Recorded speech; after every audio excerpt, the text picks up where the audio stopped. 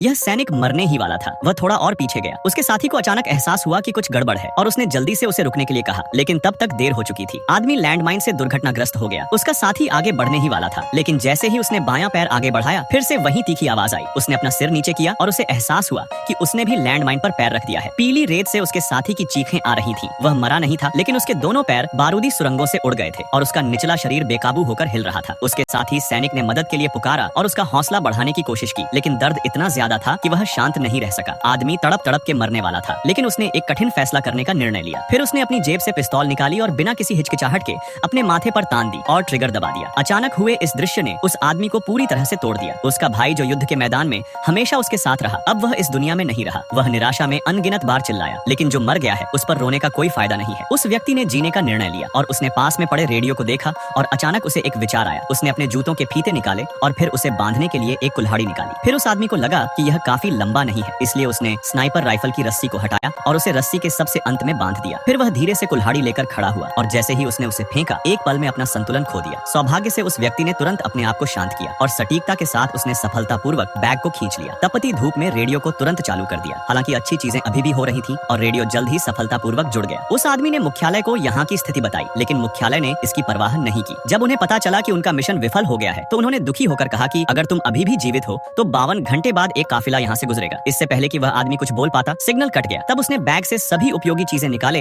और अपनी घड़ी को 52 घंटे पर सेट कर दिया। भूखा प्यासा सैनिक चॉकलेट का एक टुकड़ा खाया और जैसे ही पानी का एक घूंट पीने ही वाला था, लेकिन अचानक उसने पाया कि पानी की थैली खाली थी और इस रेगिस्तान में पानी के बिना जीवित रहना असंभव था। इससे पहले कि वह व्यक्ति निराश हो पाता, अचानक आए एक अजीब हवा के झोंके ने चॉकलेट के पैकेट को उड़ा दिया। जब उस आदमी ने पीछे मुड़कर फिर से आगे देखा तो वह तुरंत डर गया। उसने देखा गर्जना के बीच एक भयंकर रेतीली तूफान उसकी ओर बढ़ रही थी। और फिर वीडियो लाइक करते ही पार्ट 2 मिल जाएगा।